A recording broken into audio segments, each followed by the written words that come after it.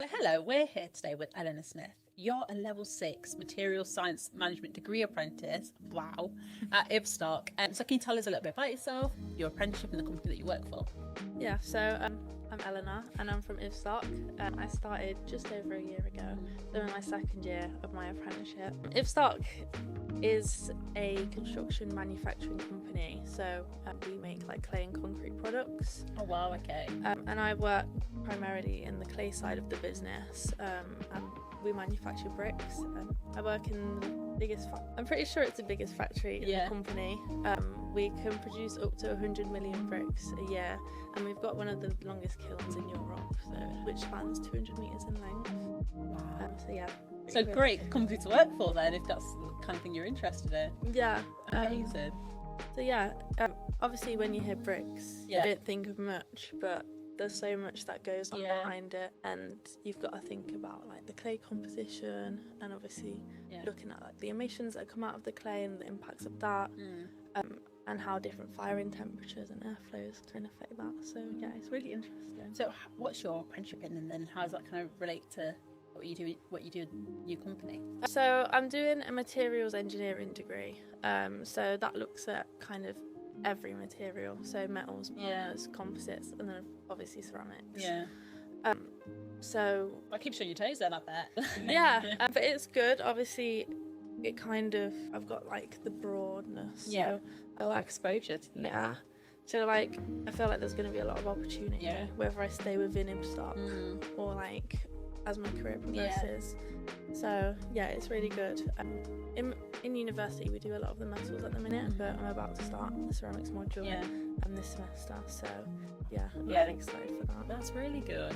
So I understand you initially went to study full time at university before you kind of took on this apprenticeship, but then you transferred to the apprenticeship route. What was that like, and what advice would you give to others that might be like in a similar position? Yeah, so initially, straight out of A-levels, I went straight to university. I actually went to the Uni of Sheffield to study chemistry. And I always thought like that was what I was going to do, like this is what I've been aiming for. I was waiting on my results, like really anticipating it, and then I got there and I was like, I just don't like it. And I just didn't get on with uni life. I really like structure, routine, and I just wasn't getting that at university. I did not enjoy the course, but I think along with everything else, I just wasn't doing as well as I could have, because I wasn't enjoying the environment I was in. So I decided to kind of take a step back. I was only there for 3 months, 4 months. So I left in the December to kind of take a step back and reevaluate what I wanted to do. I knew I kind of wanted to stay within the realms of like chemistry and obviously science. Like I think science is great. A bit. So that's really good, because it's so good that you were able to kind of recognise that actually this isn't aligning with me, and I don't want to do this for the sake of doing it. Because it's a lot of money as well, university. So that's really good, and it's one of those things you don't know until you're there that actually it's not for me. So that's really, really important. So kind of like, what advice would you give to those people that are maybe currently at university and they've just kind of started, or they're in their year 1, year 2, but they've realised this isn't for them and they want to kind of transfer out, and how do you kind of find the apprenticeship route after transferring out? So one thing I always say is that I never regret going to university in the first place, because obviously I've had that chance to realise that I don't like it, because speaking to like other apprentices, you do get some say. I kind of wish that I had that university experience, which is understandable. There's pros and cons to both sides of it, but for me, like, of course, like, I know that it didn't work out for me. So if you are in that situation and you are feeling like that, I think that's okay, and it's okay to say that it's not for you. And I think there's so much pressure, especially with social media and like seeing everyone in their careers, and they're always like, especially like even with LinkedIn, you're seeing people go like above and beyond with everything. And you see success stories. Everyone's succeeding, everyone's doing great, no one's got any failures, so you feel like a failure. I'm like, you've got time. You really do have time. So I don't think, because that was kind of the thing for me, and sometimes I still think it now. I'm only a year like behind, so it's not like it's not, but it is time for everybody entirely. But like in the grand scheme of things, it's great. Like you've got in really well, and what you see as a setback is actually you stepping forward into a role that maybe a lot of your peers at university won't have got the opportunity to do. Yeah. So it's so good that you recognise that. That's really great advice, I think, for those who are in similar positions. So just to kind of add to that, so you're also an active STEM ambassador, which is incredible.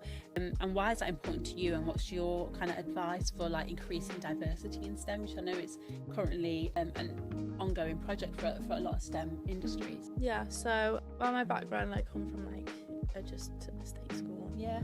And obviously I'm a woman in STEM. So for me, it's important to be going out to, especially those schools that might not have the privilege of like that others might. Because in my school, STEM was it wasn't kind of the route most people would go down. No. Like, there probably wasn't that awareness either. Yeah, women could do that kind of, especially in industries which is very traditionally male dominated as well. Yeah, like amongst my friends, I'm like one of the only ones that are at university at the minute. Yeah. So I think showing people what you can do with STEM, because there is so much. Yeah. I think that's really important to me, and showing that there is opportunity for us wherever you do come from. And that's incredible, because I think a lot of your ambassadorial work where you are advocating for like STEM opportunities and your industry and your company is showing that there is a safe space for women, and there is a safe space for people who've come from state schools. You don't have to have necessarily that sort of kind of support or whatever at home or at school or whatever, and you can still kind of make a career for yourself in this industry. So I think that's really, really important to kind of create a safe space for women coming into the industry. So really good. I think the most important other thing I found is my industry is quite male dominated. I work in a factory, I'm surrounded by so many men every day, but genuinely, and I always say this, I've never felt so welcome. It's amazing. Yeah.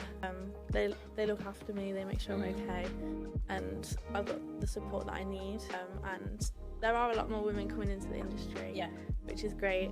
My manager's a woman. It's lovely, but I think going into school and being able to say I'm in a male dominated industry, but I feel so welcome as a woman.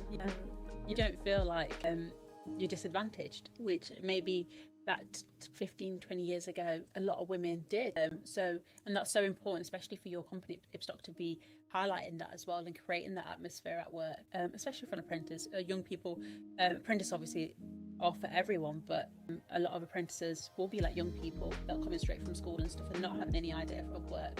So having that kind of culture and stuff at work is so important. So it's so nice to see that Ipstock kind of do that, and they kind of nurture their own, really. That's fantastic. So obviously you're doing a degree apprenticeship, which is amazing, but alongside your busy workload that you have and your degree, you're also an ambassador for a few networks, such as the East Midlands Apprenticeship Ambassador Network, also Out Circle. How did you find these networks, and how has this helped you personally, professionally? So with East Midlands Apprenticeship, I think it did just come up in my email. So obviously, being an apprentice, you're logged into the government, your emails in the government website. So I think I just got your standard email. And I'm a STEM ambassador already, so I thought, I may as well look into it. Because I do a lot of presentations in schools and stuff like this, podcasts and careers fairs. So I just thought, if I can make an impact, I want to do it. And it's not only an impact for other people, but it's an impact for me as well. And it's the same with Out of Circle. I actually found them on LinkedIn. I connected with Romario, who's the founder of Out of Circle, and I think his story is really inspiring. So just being a part of communities of apprentices and trying to push that. And that's so important, because I think, especially when you go into industries where you may just be the only apprentice, or a very small cohort in a very big company, they may not necessarily know what it's like to be an apprentice. So having these networks where you've got like-minded apprentices, such as Out Circle and such as EMAAN, to have that is so important. So and a lot of people, aspiring apprentices, don't know that these are available. So, and you touched upon it, utilising LinkedIn and finding, connecting with people like Romario, hearing his story and finding that inspirational, and be like, actually, you know what, this resonates with me, and I want to kind of be part of that space.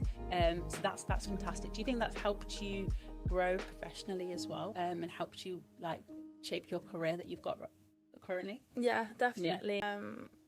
I'd always tell people that I'm really shy, but then I say that now and people are like questioning me.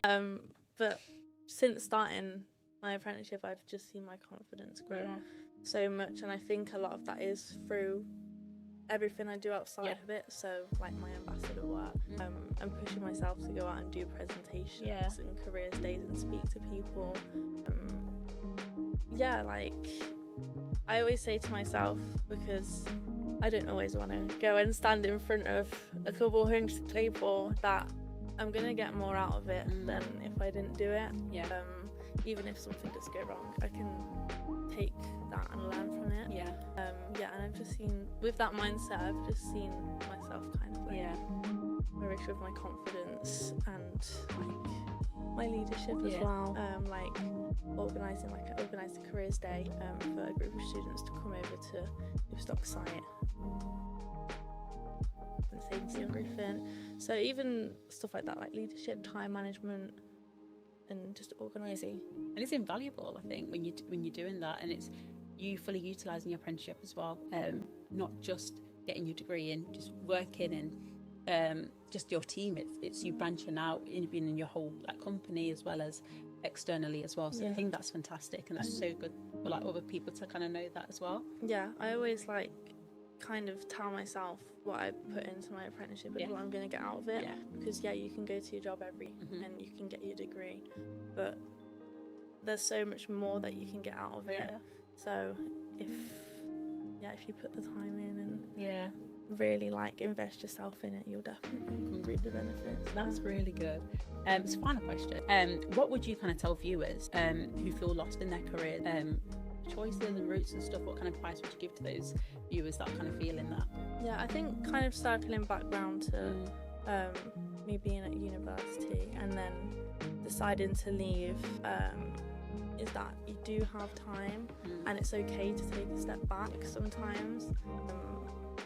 Like I was literally thinking to myself this morning, I was looking at there's a lot about like student loans at the minute, going around, and how like the massive impact years having, and how people aren't able to just pay them back, it's not feasible. And I was just thinking to myself that changing to an apprenticeship is probably one of the best decisions I've ever made, and that's only because I took a step back. And like my mum was questioning me like, are you sure? But like, you've got to do it for you. Absolutely. And it's so good because only you know you, kind of thing. So it's so healthy to kind of have that relationship with yourself, sort of know, actually this isn't for me, and I do need to take a step back, and knowing when to kind of take breaks as well. Even in your apprenticeship, I'm sure, like knowing when things can get a bit heavy and stuff, and knowing when to kind of take a break. So that's it, and I'm so glad because it shows that an apprenticeship kind of caters to that as well. You know, your story is so inspiring and it's so fantastic, and I'm so glad you're doing so well. You know, in Ibstock. And how long you got left for your degree apprenticeship now? So I've got a year and a half left out of my degree, and then we've got to do like our EPO. So I think that's another like 9 months on top of that. So another good like 2.5 years. But it flies by, especially when I'm at uni. We do like block weeks.